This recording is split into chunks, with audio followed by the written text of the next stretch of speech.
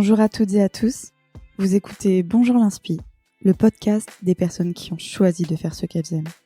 Ce sont des entrepreneurs, des artistes, des cadres ou salariés qui adorent leur métier. Chaque lundi, je reçois un nouvel invité qui nous raconte son histoire, les étapes de son parcours et ses inspirations. Je lui pose mes questions, puis on discute, sans filtre, autour d'un café. Je suis persuadée que ces rencontres peuvent vous apporter à vous aussi la dose d'inspiration et de motivation dont vous avez besoin. Si vous voulez soutenir le podcast, n'hésitez pas à vous abonner sur votre plateforme préférée et à laisser un avis 5 étoiles. Vous pouvez aussi suivre les coulisses du podcast sur le compte Instagram Bonjour l'Inspi-podcast. Merci beaucoup et bonne écoute.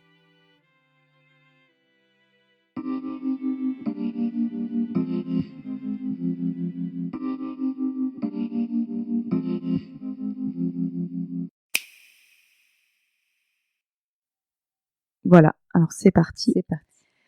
Donc bonjour Svenia. Bonjour. Merci beaucoup d'avoir accepté mon invitation sur le podcast. Avec plaisir. Je suis hyper contente de t'avoir ici. Chez moi, en plus, tu t'es déplacée. Donc moi, ça fait longtemps que je te suis parce que je suis hyper passionnée du monde de la EdTech. Et du coup, je voulais en faire profiter les auditeurs. Alors, j'ai fait mes petites recherches pour creuser un petit peu ton parcours. Donc, pour les auditeurs, je vais te présenter. Tu me coupes si je dis des âneries. Tu as fait des études donc en sciences politiques à Berlin. Ensuite, tu as fait une école de commerce, HEC, et ensuite dans la vie professionnelle, quand tu t'es lancée dans la vie professionnelle, tu as d'abord cofondé les EdTech Tours en 2014. Tu as fondé LearnSpace en 2016. On reviendra en détail sur tout ça, mais tu as fondé LearnSpace en 2016. Tu es la cofondatrice de EdTech France, une association des entrepreneurs dans la EdTech. Tu as écrit un livre, Exploring the Future of Education, et tu es speaker, conférencière, expert dans les sujets de la EdTech. Déjà, est-ce que j'ai bien fait mes devoirs?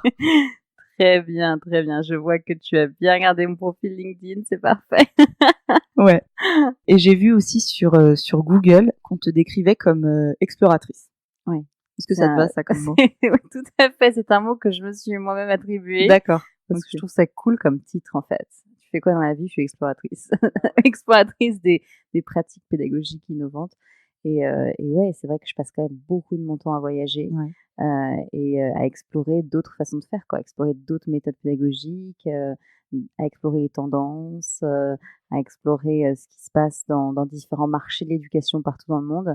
Donc oui, je trouve que ça me va bien. D'accord, ok, parfait. Et du coup, pour les auditeurs peut-être qui connaîtraient pas, c'est quoi en fait la EdTech? Alors la EdTech, en fait, c'est le numérique appliqué à l'éducation, la formation, l'apprentissage tout au long de la vie, en fait. C'est comment tu utilises n'importe quelle techno, low-tech ou high-tech, pour favoriser l'apprentissage, favoriser la transmission, apprendre différemment et puis apprendre plus efficacement aussi. Voilà. Donc c'est tout ça. Toi, qu'est-ce qui t'a amené dans cette voie en fait de la EdTech? Bah, en fait, c'est plus l'éducation, l'innovation dans l'éducation que la tech. Pour la tech, c'est juste un outil. Enfin, la tech, c'est juste un outil, donc c'est même si j'ai fait pas mal de recherches sur cette thématique-là et que on me reconnaît comme voilà, quelqu'un qui s'y connaît, en fait. J'aime pas le mot experte parce que on n'est jamais expert de rien. Enfin, je veux dire, bien sûr qu'il y a des gens qui connaissent beaucoup de choses sur un sujet, mais pour atteindre le stade d'expert, enfin voilà, il faut que tu aies passé ta vie à travailler un sujet. Et donc oui, je m'y connais dans la tech, j'ai fait pas mal de recherches sur ce sujet, mais moi, ce qui me passionne vraiment, c'est l'innovation éducative dans le sens très large du terme. Et la tech, c'est un outil qui peut favoriser en fait cette innovation-là. Et donc, mais c'est pas le seul. Parfois, la tech, c'est contre-productif. Parfois, ça a un effet totalement délétère sur l'apprentissage, mais parfois, ça peut avoir un très fort impact. Et donc, moi, je m'intéresse à quand ça a un impact. Je regarde voilà, les initiatives, les bonnes pratiques qui existent sur ce champ-là. Mais parfois, je trouve des initiatives où il n'y a pas du tout de technologie et j'en parle quand même parce que c'est hyper intéressant et la tech n'est pas là pour enfin, ne sauvera pas le monde, quoi, entre guillemets. Donc en fait, c'est vraiment les innovations pédagogiques, éducatives au sens large. Ouais. Je reviens à ma question, mais toi, qu'est-ce qui t'a emmené dans cette voie vraiment de l'innovation pédagogique? Qu'est-ce qui t'a donné envie de te consacrer à ça? Alors, c'est, plusieurs choses. Déjà, j'ai une mère, prof, donc forcément, voilà, elle me parlait beaucoup de son métier tous les soirs quand elle rentrait du travail, et ça m'a toujours fascinée. Elle me parlait de ce qui était génial, elle me parlait aussi des freins, en fait, hein, clairement, de son institution et de la lourdeur, en fait, administrative de son institution. Et puis, j'ai aussi un petit frère qui lui n'a pas du tout, fité avec l'école, avec le moule dans lequel on essaie de mettre, tout le monde, tous les enfants aujourd'hui, parce qu'il était très dyslexique et que du coup il a beaucoup souffert de l'école. Et du coup en voyant ça, alors que moi j'avais aucune difficulté et ça roulait, je me suis dit: «Mais en fait ce système il est clairement pas fait pour, la diversité quoi. Il est fait pour, allez c'est un moule et donc si tu rentres à peu près dans le moule, si tu essayes de t'y accommoder, tu peux réussir. Sinon, tu laissé pour compte, quoi. Et donc c'était vraiment quelque chose qui m'a marqué énormément dans mon enfance, cette injustice. Et donc j'avais envie aussi depuis toujours de m'y consacrer, quoi, d'essayer de voir comment on peut faire autrement. Et en école de commerce, j'ai rencontré, Audrey, une camarade, avec qui je me suis super bien entendue et qui avait ce projet de partir dans le monde entier, aller voir d'autres systèmes éducatifs, aller voir ce que la EdTech justement pouvait apporter à l'éducation. Et à l'époque, EdTech, personne ne savait ce que c'était. Enfin, vraiment, on était en 2014, c'était le tout début. Et on s'est dit, bon, on va lancer ça, alors qu'on était 2 étudiantes, on connaissait rien au sujet encore. Et on a levé des fonds, on s'est débrouillé, on allait chercher des sponsors pour financer notre tour du monde. Et on est parti. Et c'était juste, ouais, c'était une aventure, absolument folle, quoi. On a vu des choses incroyables partout dans le monde et on est revenu ici en France avec des étoiles dans les yeux et avec cette envie de partager, tout ce qu'on avait vu, partager ces bonnes pratiques et montrer un peu ce qui se fait à l'international. Ça a duré combien de temps, ce tour du monde? Ce tour du monde, il a duré à peu près 6 mois. OK. Ouais, on est partis dans 7 pays. Voilà, donc c'était ouais, c'était très intense. On a rencontré, plus de 500 personnes, on a fait des interviews à plus savoir quoi en faire. C'était très, très riche et on a écrit un rapport qui est sur notre site, edtechtours.com. Et ce rapport, il raconte un peu tout ce qu'on a vu de plus innovant partout, en fait, dans le monde. Tu as fait plusieurs tours après? Il y en a eu combien? Ouais, 3 il y en a eu jusqu'ici? 3 là, parce que du coup j'ai continué et enfin après c'est 7 premiers pays, je me suis dit: «Mais en fait, il y a tellement de choses à voir», il faut que et puis surtout, après notre rapport a été vachement lu et tout, alors qu'on était vraiment personne. Enfin au début, on débarquait sur cette scène, tu vois? Et quand on a vu qu'il y avait, des milliers de downloads, que tu vois les gens redemandaient, on s'est dit: «Mais» enfin, je me suis dit: «Il faut qu'on continue» et Mmh. donc j'ai continué toute seule à faire ces différents tours. Audrey a a trouvé un job qui la passionnait, donc elle est partie et c'est vrai que, oui, j'ai fait un tour d'Europe, où j'ai vu, ouais, 8 pays d'Europe. C'était assez fascinant. J'ai écrit le livre, que tu citais, juste après ce tour et là, je suis partie en tour d'Afrique il y a quelques mois. Heu et donc je vais sortir un rapport sur ce tour-là en septembre, enfin, voilà, à la rentrée. OK. Et du coup, pourquoi tu penses que ça a passionné, Je pense qu'en fait, on n'avait pas cette, il y avait encore personne qui avait cette vue, internationale, en fait. C'est vraiment en fait, l'éducation, c'est un sujet très chauvin, tu vois? C'est un truc Mmh. très, franco-français et même dans tous les pays, évidemment. C'est quelque chose qui est très culturel, très historique, voilà, qui a pour plein de raisons et donc c'est vrai que en fait, avoir cette vue internationale, cet œil un peu, différent, ce regard différent sur tout ce qui se fait ailleurs, ça passionne, en fait et donc je me suis rendu compte de ça et j'avais envie de continuer à partager ces bonnes pratiques du monde entier, quoi. OK. Et donc ce que tu disais et quand on s'est parlé aussi la dernière fois, c'est donc, ta mère était prof, tu as eu un frère qui a eu des difficultés à l'école. Donc c'est vraiment, aussi cet environnement familial, et éducatif qui t'a mené sur cette voie.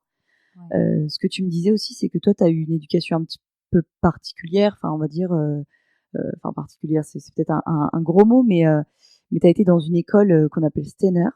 Ouais. Est-ce que tu peux nous en parler un petit peu, Ouais, qu'on ouais. comprenne? Alors oui, j'ai fait, donc mon école primaire dans une école publique. Ensuite, j'ai fait mon collège dans une école Waldorf-Steiner, et les écoles Waldorf, c'est en fait, des écoles qui sont beaucoup plus, déjà qui sont en contrat avec l'État, hein, donc elles suivent quand même, tu vois, le programme officiel, mais dans une pédagogie totalement différente, beaucoup plus axée sur l'individu, sur l'enfant lui-même, sur ses capacités, sur le faire grandir, et donc avec beaucoup aussi d'art, de chant, de danse. Enfin, on était beaucoup dans l'expression vraiment créative à travers tous ces champs créatifs.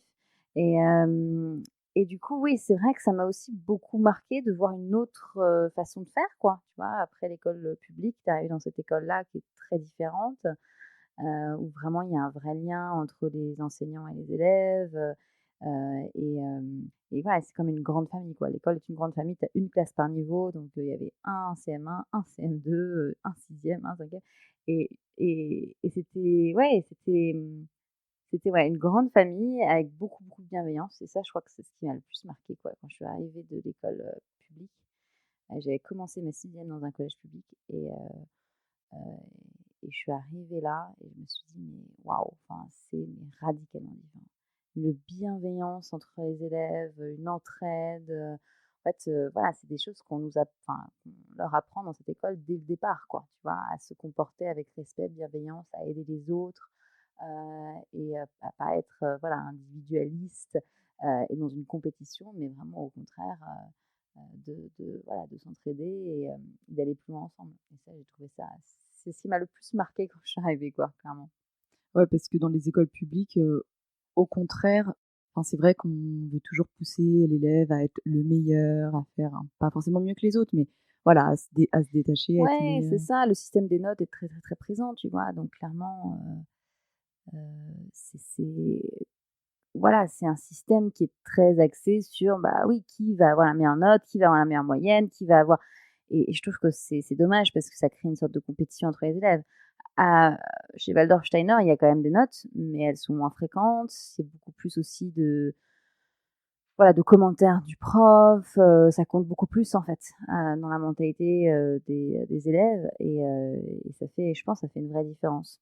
Mais voilà, je sais pas pourquoi ça m'a choquée à ce point-là, mais en tout cas, c'est vrai que les élèves que je côtoyais étaient totalement différents, quoi. Mmh. Vraiment totalement différents.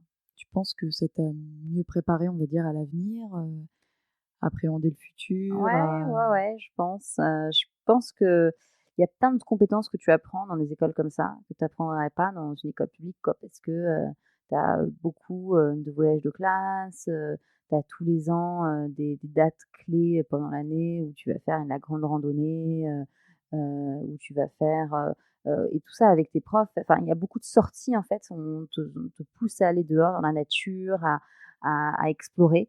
Et puis évidemment, on pousse ta créativité à fond, quoi. Je veux dire, on avait, je crois, par semaine 8 heures d'art et de chant par semaine.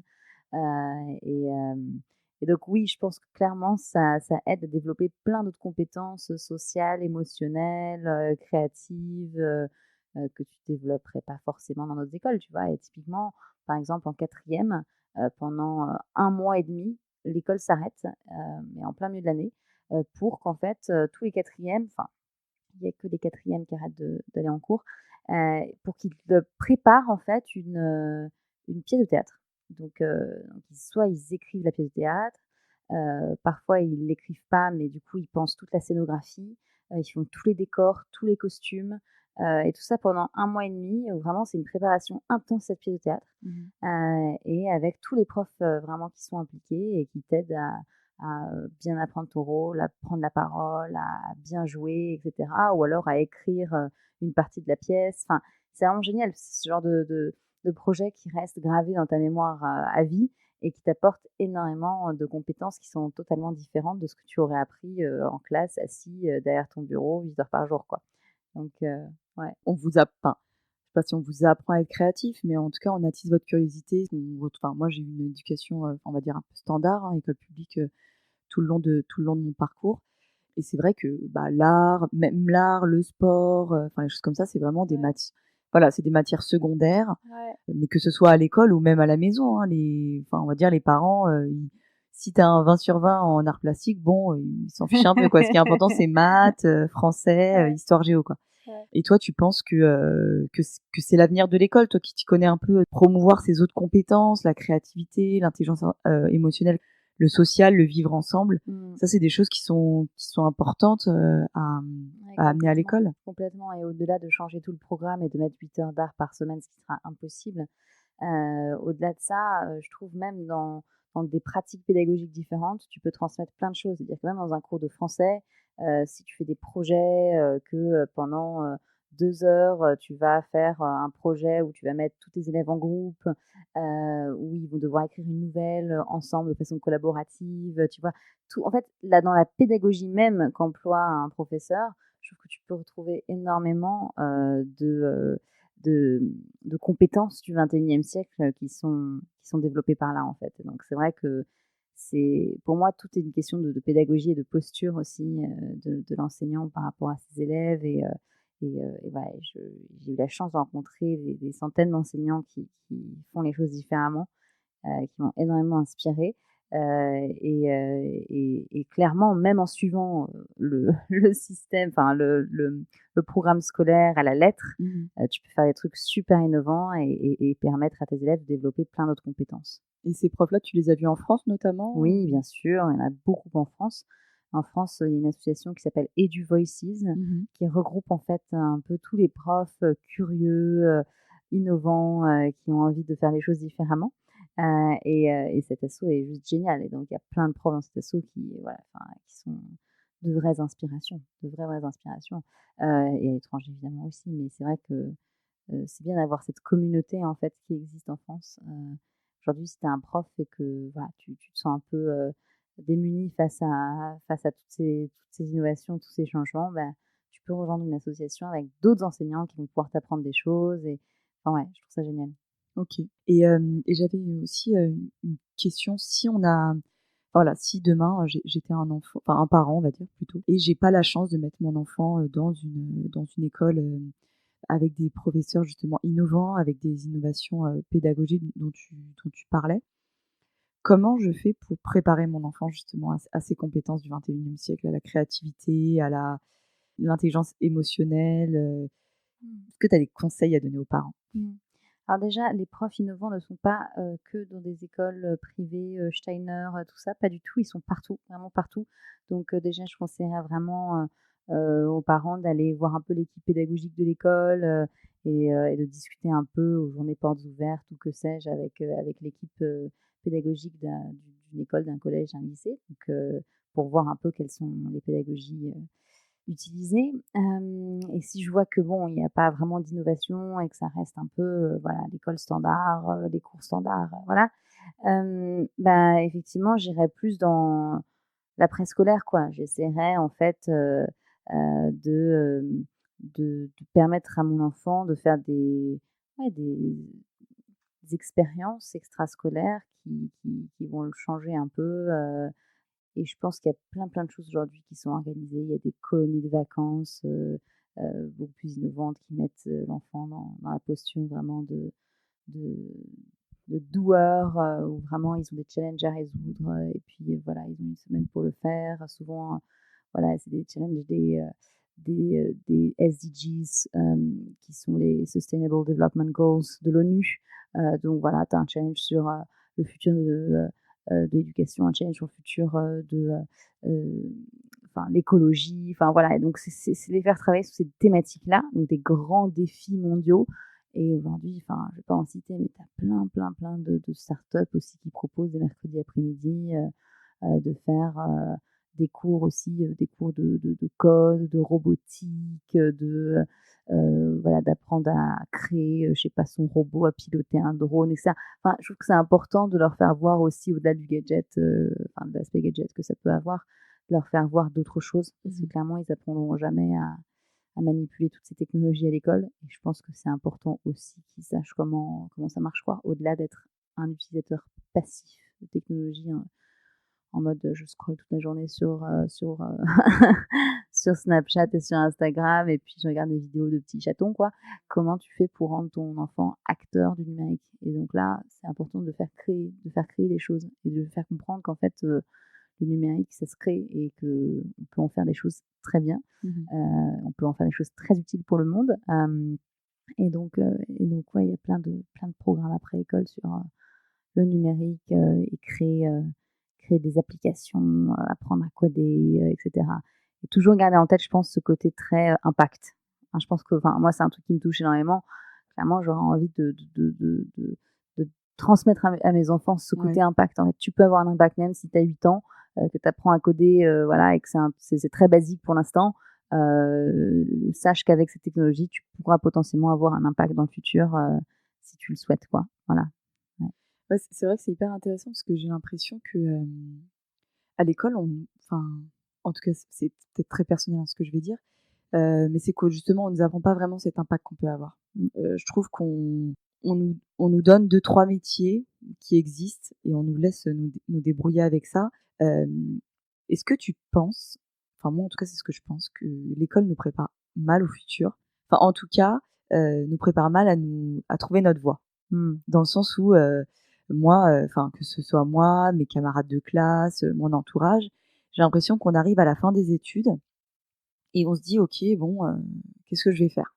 Donc on trouve une voie un petit peu au hasard ou alors une voie qu'on dit royale sous la pression un peu sociale. Qu'est-ce que tu en penses toi de tout ça? Est-ce que tu penses que l'école nous prépare mal au futur, en tout cas à trouver notre voie, à essayer de chercher l'impact qu'on peut avoir sur le monde et comment on fait justement pour remédier un petit peu à tout ça? Alors oui, je pense que il y a des initiatives déjà qui existent et qui font un job extraordinaire. Par exemple, Bâtisseurs de possibles, qui a pris la méthodologie Design for Change, qui a été créée par une entrepreneure indienne absolument incroyable, dont j'ai oublié le nom. Mais en fait, Bâtisseurs de possibles, c'est typiquement ça. Enfin, ils vont dans des écoles primaires et ils demandent aux enfants, en fait, lors d'une journée, d'un challenge, de résoudre un des grands challenges qu'ils voient dans leur école, dans leur communauté, dans leur ville, voilà, quelque chose qui les a marqués, qu'ils aimeraient en fait résoudre, quoi. Et du haut de leurs 8 ans ou leurs 7 ans, ils développent pendant toute une journée, voire 2 jours, avec la méthodologie du design thinking, des solutions à ces problèmes-là. Et il faut aller voir sur leur site parce qu'ils ont des vidéos assez incroyables qui montrent la créativité juste incroyable de ces enfants-là. Qui en une journée trouvent des solutions à comment résoudre le problème des déchets. Typiquement, il y a des gens qui ne savent pas trier, qui le font mal ou qui le font pas parce que voilà, ils ont pas le temps ou ils sont pas vraiment acculturés à ça. Et donc voilà, il y avait un groupe qui avait travaillé là-dessus. Et donc, comment on fait pour vraiment permettre aux gens de mieux trier, voilà, etc. Et ils avaient trouvé plein de solutions hyper intéressantes qui étaient allées proposer à leur mère d'ailleurs. Et donc c'est vrai que c'est ce genre de méthodologie, ce genre de projet qu'il faut faire aux enfants dès l'école primaire, quoi, parce que c'est juste hyper important. Parce que voilà, il y a une créativité quand tu es enfant qui est débordante, qui est pas encore, tu vois, un peu supprimée par l'école, par la société, etc. Et donc c'est vrai que il faut le faire. Après, c'est vrai que trouver sa voie, évidemment, c'est pas facile. Et je pense que l'école serait un peu dépassée si ça devait être sa mission première, quoi. Tu vois, parce qu'en fait, trouver sa voie, ça va bien au-delà de trouver un métier. C'est se trouver soi-même, en fait. C'est se connaître soi-même. Enfin, c'est beaucoup plus complexe que ça. Donc, je pense pas que ce soit la vocation de l'école. Je pense que c'est une de ses vocations, mais qu'elle peut pas le faire parfaitement, quoi. Et donc, c'est vrai que tu vois, l'école peut pas non plus tout porter. C'est ça que je pense aussi, parce que tu vois, sinon, on passerait toutes nos journées à l'école, quoi. Donc, c'est vrai que elle a une vraie responsabilité, mais c'est vraiment en changeant pour moi les pratiques, encore une fois, les pratiques pédagogiques, qu'on va aussi pouvoir permettre plus de liberté en fait à l'école et qu'on va pouvoir permettre à ces jeunes, à ces élèves, de trouver potentiellement leur voie dans une des activités qu'on leur fera faire. Enfin, en fait, il faut vraiment les rendre beaucoup plus actifs, quoi. Enfin, aujourd'hui, tu vois, je pense que le vrai problème de l'école, c'est la passivité en fait, la passivité des élèves, quoi. C'est ouais, bah, en fait, je vais à l'école, mais je suis statique, quoi. Je reste assis sur ma chaise 8 heures par jour. Voilà, parfois, j'ai la chance d'avoir des profs qui me font faire des activités, des trucs où je bouge, voilà, mais rien que le fait d'être assis toute la journée, c'est extrêmement mauvais déjà pour ton organisme. Et en plus, voilà, c'est pas comme ça qu'on apprend, quoi. Enfin, pour moi, on peut plus rester dans un modèle statique comme ça. Et en faisant bouger les enfants ou les élèves ou les jeunes, en les faisant faire des projets, en les faisant faire s'exprimer, exprimer leur créativité, et tu vas vraiment pouvoir atteindre quelque chose de différent. Et ça, pour moi, ça permettra beaucoup plus de remise en question et de réflexion de la part des élèves sur, en fait, qu'est-ce que j'ai envie de devenir, qu'est-ce que j'ai envie de faire, quoi. Mais c'est vrai que voilà, c'est difficile d'avoir ce genre de réflexion quand t'es statique, quoi, quand t'es passif et quand t'es pas vraiment engagé dans ton apprentissage. Donc voilà, c'est ça, c'est comme tu disais, c'est apprendre à se connaître pour savoir dans quelle voie on veut aller. Et via tous ces projets, toutes ces initiatives pédagogiques, ou même pas forcément pédagogiques, je pense qu'on peut faire ça aussi à la maison, voir ce qui touche l'élève, enfin, quand je dis l'élève, ça peut être même adolescent, adulte, hein, je suppose. Voilà, qu'est-ce qui nous touche vraiment et pourquoi on a envie de se dépasser, avoir un impact, etc.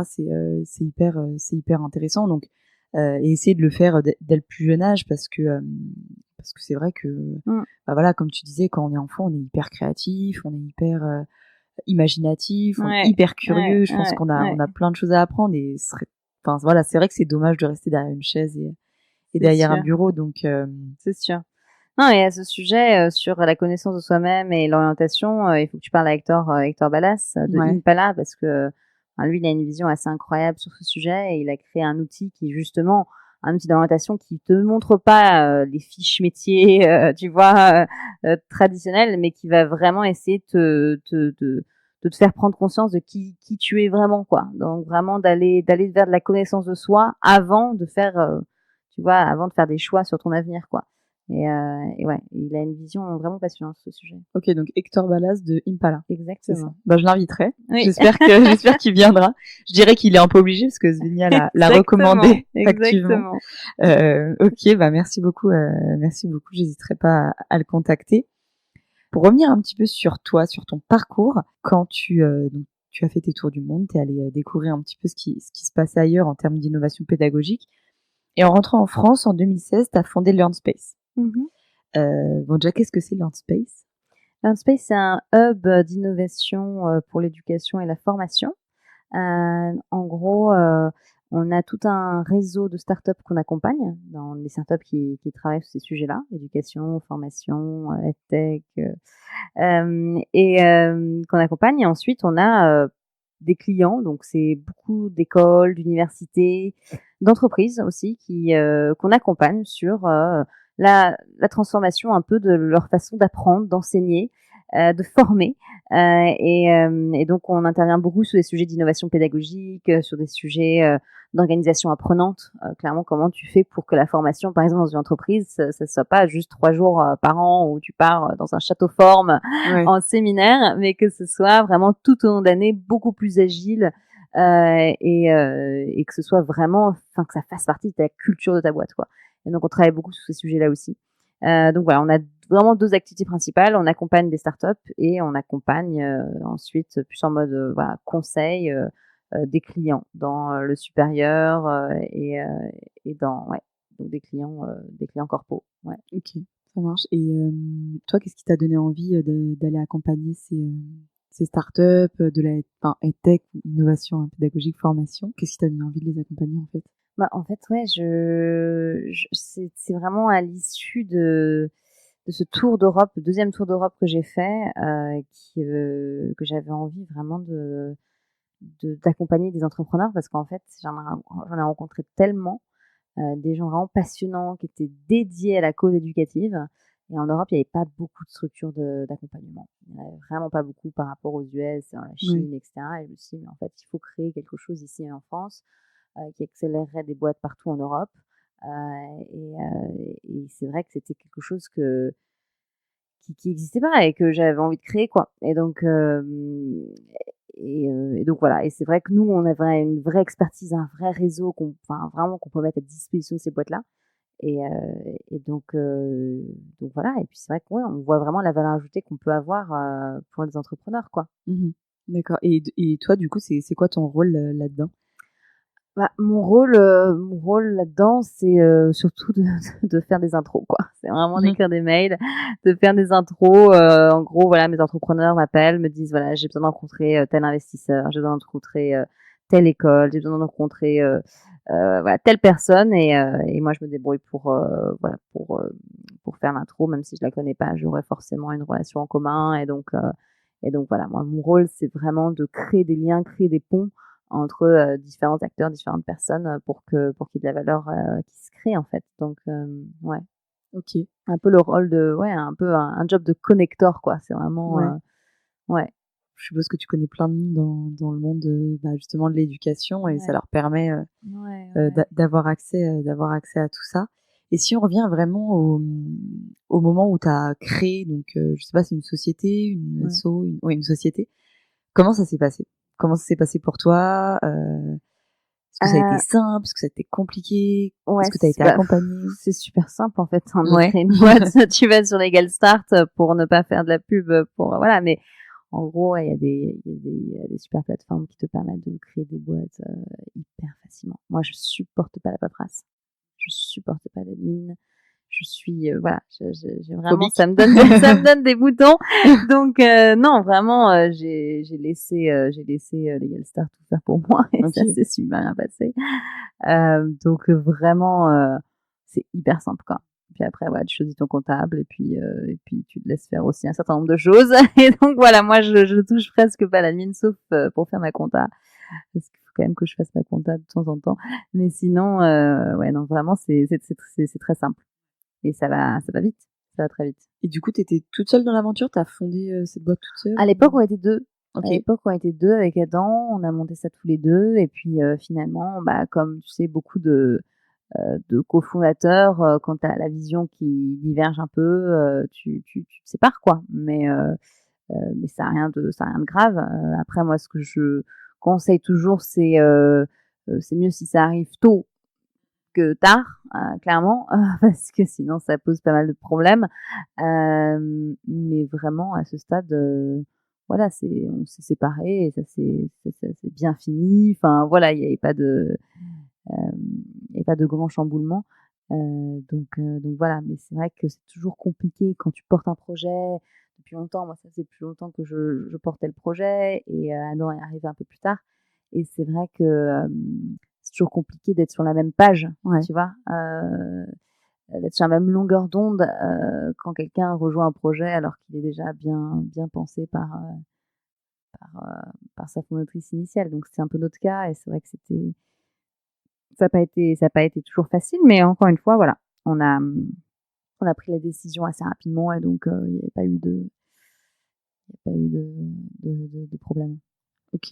Parce que souvent on conseille, enfin moi, tu vois, qui m'intéresse vachement au monde entrepreneurial, on conseille tout le temps de s'associer, de pas être seul, toujours être à deux, que ce soit pour gérer la pression, les problèmes, pour la complémentarité des compétences. Mais je me dis justement si ça fit pas, dans le sens où que ce soit en termes de vision, en termes de bon bah voilà, moi j'ai mon idée précise, j'ai pas forcément envie de contraindre quelqu'un là-dedans dans ma vision. Ouais.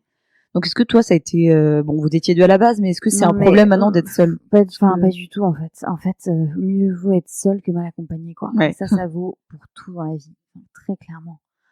Et donc c'est un peu le discours des investisseurs, tu vois, de dire ouais nous on veut des vrais teams et tout machin. Ouais, mais bon, je veux dire, tu sais, tu peux être solo founder et ensuite avoir une vraie team derrière de gens que tu rémunères, qui bossent pour toi, quoi, tu vois. Et ça peut très très bien marcher comme ça.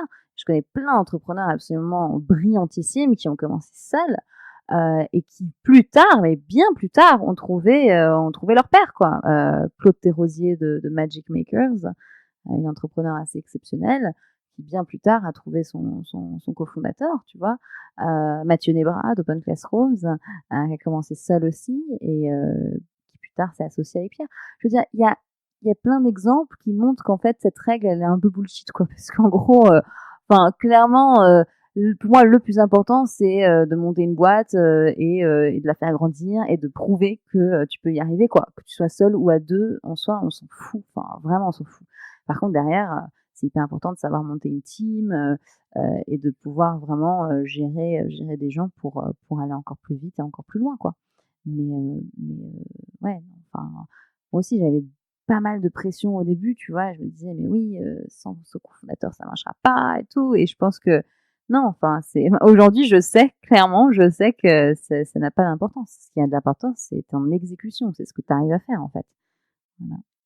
Ok, donc un conseil si les auditeurs ont envie de monter leur boîte, c'est qu'il faut pas avoir peur de le faire tout seul. Exactement. Par contre, il faut être très bon et puis mais tu peux être Après, très bien bon tout seul. s'entourer, Bien mais sûr. même Évidemment, tu peux t'entourer tu vois, moi j'ai plein de mentors, j'ai des gens que je vois tous les mois qui me conseillent sur plein de choses, qui sont beaucoup plus expérimentés que moi.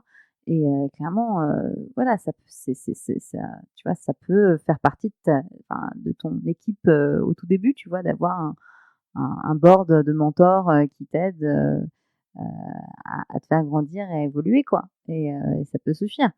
Donc voilà, pour moi, il faut juste prouver ton modèle, prouver que ta boîte peut marcher, prouver que tu peux en faire un business, prouver que tu peux le scaler. Et clairement, ça, tu peux le faire tout seul ou à deux. Mais voilà, pour moi, c'est que de l'exécution. S'entourer donc de mentors, je trouve ça hyper intéressant. En fait, comment ça se passe ta relation avec ces mentors? C'est des gens que tu connaissais, que tu as approchés? Comment ça s'est fait?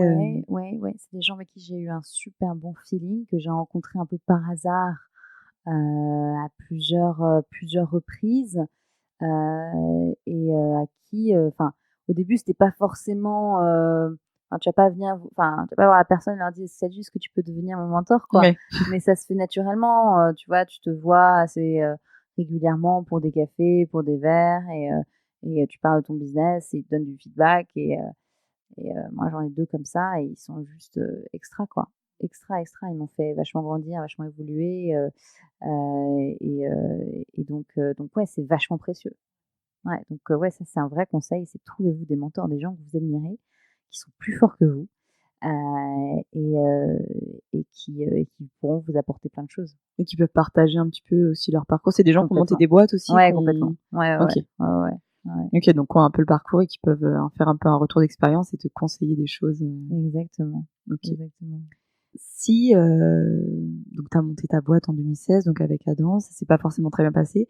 Si tu avais des choses à refaire, c'est un peu pour donner des conseils aux auditeurs qui montent leur boîte ou qui veulent monter leur boîte. Ouais. Si tu avais des choses à faire différemment, est-ce qu'il y a un conseil que tu donnerais à la Svenja de 2016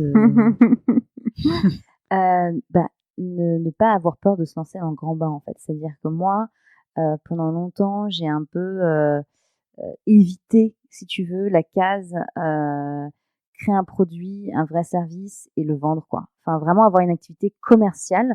Parce que bon, après, moi, c'est vrai que j'ai un business model qui est très différent de la majorité des business models. Parce qu'un accélérateur, déjà, à la base, c'est extrêmement complexe de trouver un business model pour un accélérateur de start-up.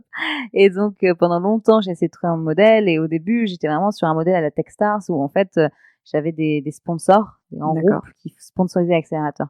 Mais, enfin, aujourd'hui, je me dis, mais, ça n'avait pas beaucoup de sens parce que, tu es du jour au lendemain, tu peux perdre ce sponsor-là et tu meurs, quoi, clairement, tu vois. Je veux dire, le mec peut te dire, j'ai plus de ligne de budget pour ça, désolé, salut.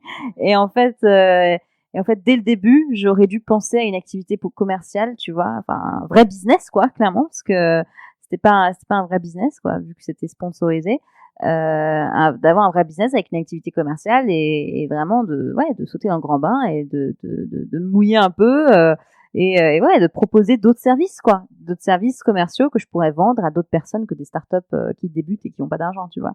Et donc ouais, si je vais le refaire, j'aurais commencé cette activité conseil beaucoup plus tôt.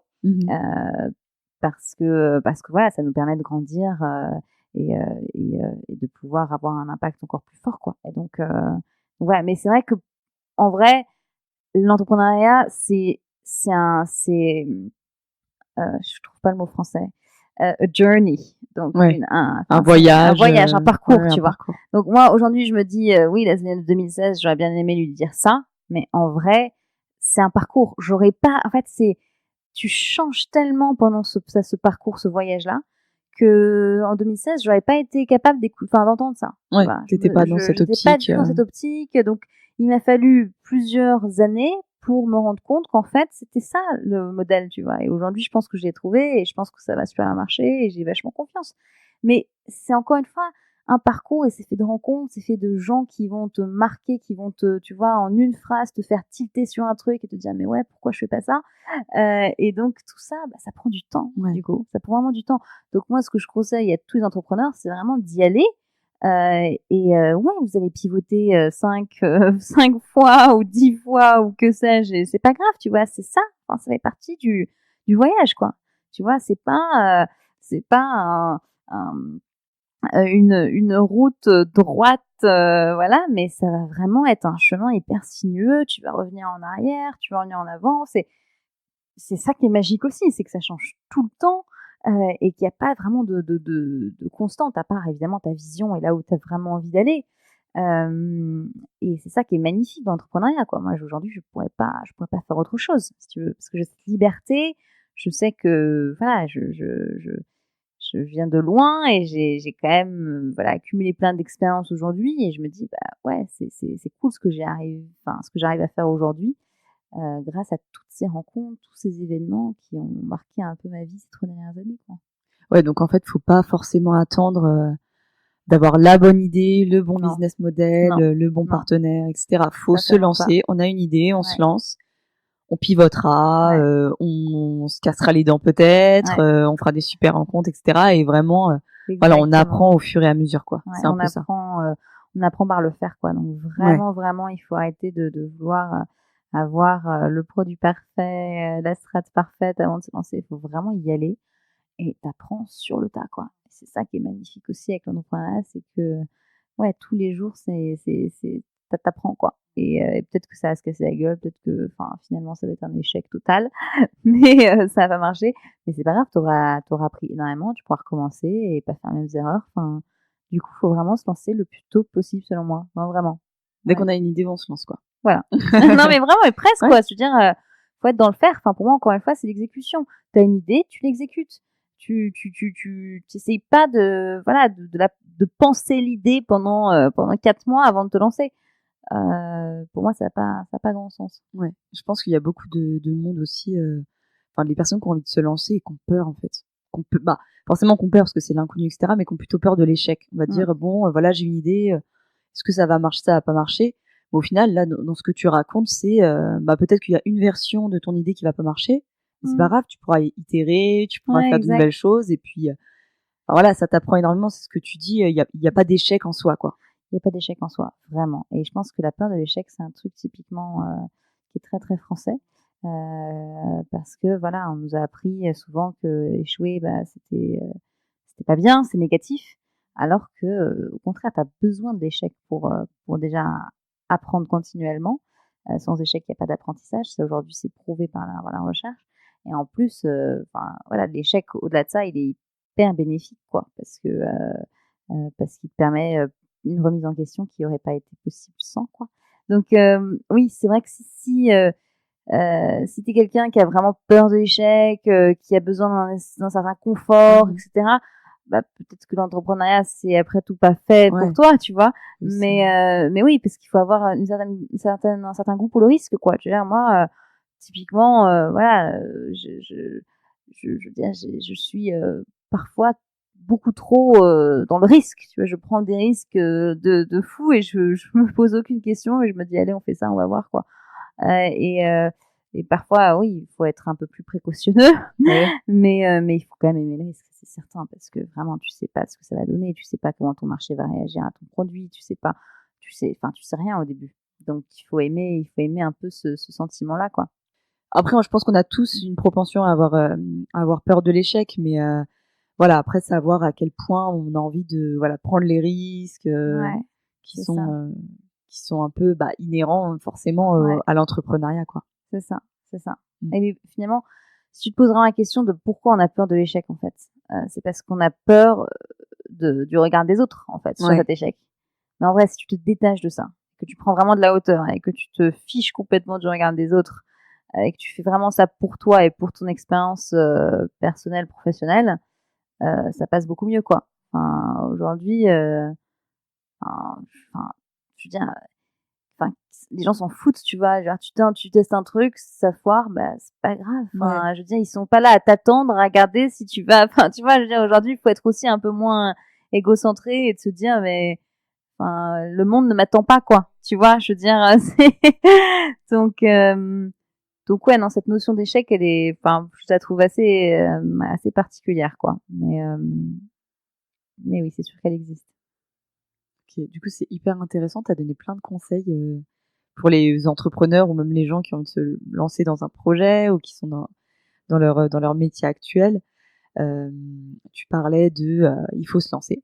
Il faut pas avoir peur de se lancer. Et après, de toute façon, c'est un voyage, donc on apprend au fur et à mesure et on peut pivoter, on peut faire autrement, on apprend de ses rencontres. Se détacher du regard des autres. Ça, c'est hyper important, je trouve, dans ce que tu dis. Et je pense que ça vaut même au-delà du métier, ça vaut pour les études, etc. Enfin, je trouve qu'on nous met une pression et on se la met nous-mêmes, en fait. Parce que des fois, ça vient de nulle part, hein, ça vient même pas des parents, on se met une pression, c'est pas trop d'où ça vient. Et voilà, c'est tous ces conseils qui sont hyper précieux. Est-ce que, donc là, on arrive vers la fin de notre échange. Est-ce que tu aurais d'autres conseils à donner à des gens qui ont envie de se lancer? Je crois que j'ai dit la majorité. Enfin, je pense qu'il y a une chose que j'ai pas encore dite, c'est qu'il faut avoir confiance, en fait. C'est-à-dire que à la base, je trouve, pour l'entrepreneuriat, si t'as pas confiance en toi et si t'as pas confiance en l'avenir, ça va être compliqué. C'est-à-dire que je pense que c'est essentiel de travailler sur soi avant de se lancer. Même si tu peux aussi l'apprendre pendant, mais c'est essentiel de travailler sur soi parce que enfin, pour moi, ça joue un rôle essentiel, en fait, ta posture par rapport à l'avenir, par rapport à toi, par rapport à, tu vois. Et si tu as des doutes sur toi, si tu as des doutes sur ta capacité à justement aller de l'avant, ça va pas le faire, quoi. Et donc, moi, j'ai vraiment ce conseil sur travailler sur vous d'abord, quoi. Et gagner cette confiance en vous. Alors, enfin, il y a pas de secret sauce. Et je pense pas qu'il y ait de recette magique pour ça. Mais je pense que c'est essentiel. Et clairement, enfin, c'est pas un cliché de dire qu'il y a plein d'entrepreneurs qui ont un peu trop d'ego, mais je trouve que l'ego est important quand même quand on entreprend. Alors, évidemment, il faut le doser, Oui. mais c'est hyper important d'être sûr de toi, en fait. C'est hyper important d'être sûr de toi, de croire en l'avenir. Alors, je n'arriverai pas à le théoriser, à savoir d'où ça vient, mais en tout cas, c'est vrai que moi, j'ai jamais douté, tu vois, ni de mes capacités, et j'ai une confiance mais inconditionnelle en l'avenir, quoi. Je sais pas du tout où je serai, je sais pas, j'ai aucune idée de savoir si ma boîte va marcher ou pas, etc. Mais j'ai super confiance. Et donc du coup, ça m'aide à avancer tous les jours, quoi. Je doute presque jamais.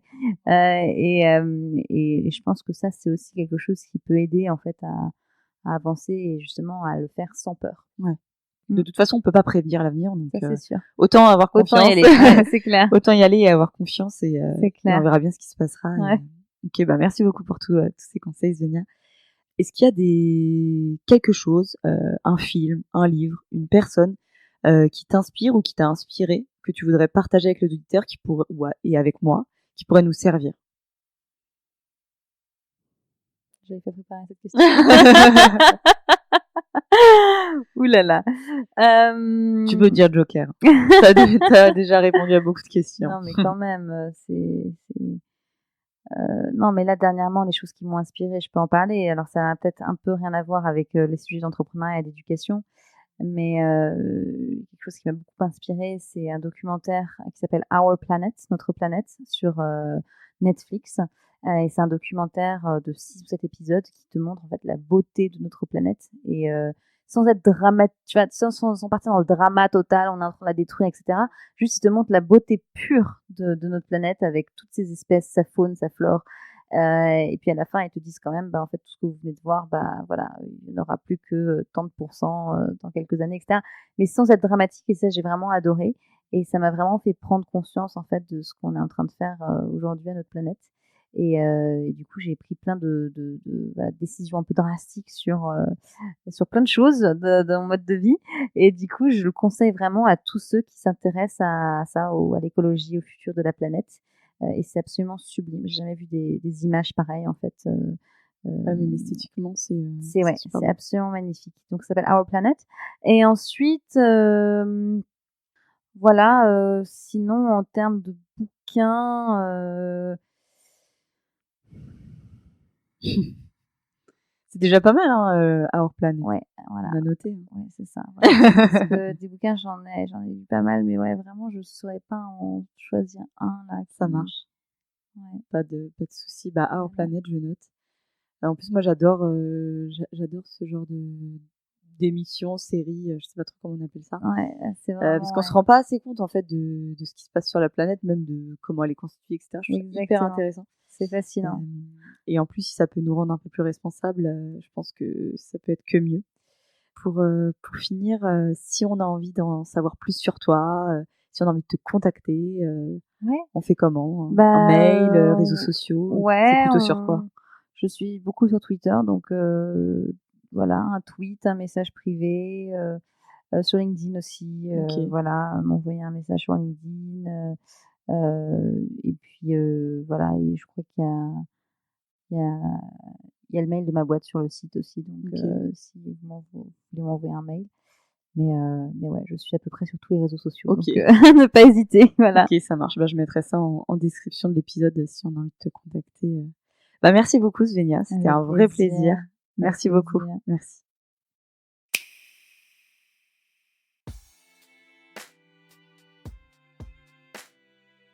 Merci beaucoup d'avoir écouté Bonjour l'Inspi.